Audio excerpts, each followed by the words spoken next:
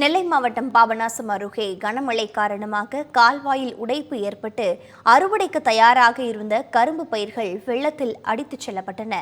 இது தொடர்பான கூடுதல் விவரங்களோடு இணைப்பில் இருக்கிறார் செய்தியாளர் சரவணன். கரும்புகள் அறுவடைக்கு தயாராக இருந்த சூழலில் தற்பொழுது வெள்ளம் காரணமாக பாதிக்கப்பட்டிருக்கிறது.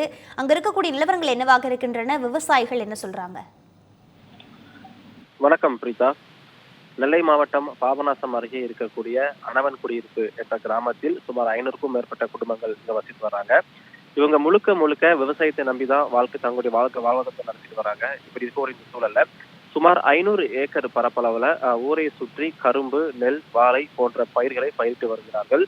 குறிப்பாக இங்கு கரும்பு பிரதான தொழிலாக பார்க்கப்படுகிறது. அது மட்டுமல்லாமல் சுமார் 300 ஏக்கரில் கரும்பு மட்டுமே இங்க பயிரிட்டு இருக்கிறாங்க.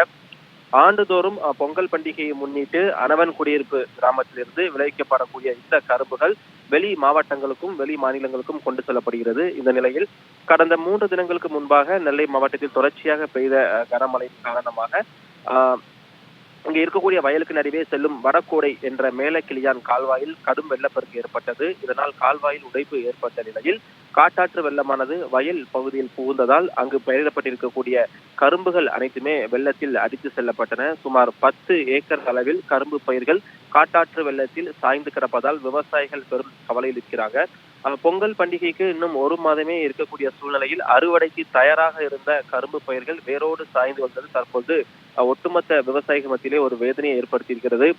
கால்வாய் உடைப்பில் ஏற்பட்டு 2 நாட்கள் ஆகியும் தற்போது வரை அந்த அடைப்பை சரி செய்ய அதிகாரிகள் வரவில்லை என்றும் இருக்கக்கூடிய பொதுமக்கள் நம்ம தெரிவிச்சிருக்கிறாங்க.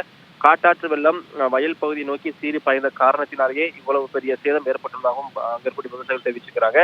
மேலும் அங்கு விளைக்கப்பட்ட நெற்பயிர்களும் தண்ணியில் அறுத்து செல்லப்பட்ட நிலை ஏற்பட்டிருப்பதா சொல்றாங்க.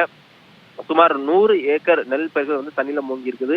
அது மட்டுமல்லாமல் பல லட்சக்கணக்கான முதலீடு செய்து இந்த கரும்பு விவசாயத்தை செய்து தங்களுடைய வாழ்வாதாரத்தை நடத்தி வந்த பல விவசாயிகளும் தற்பொழுது இந்த வெள்ளத்தில் ஏற்பட்ட சேதத்தில் தங்களது வாழ்வாதாரமே கேள்விக்குறியாகக்கூடிய சூழல் தற்போது நிற்கிறார்கள். பிரீதா,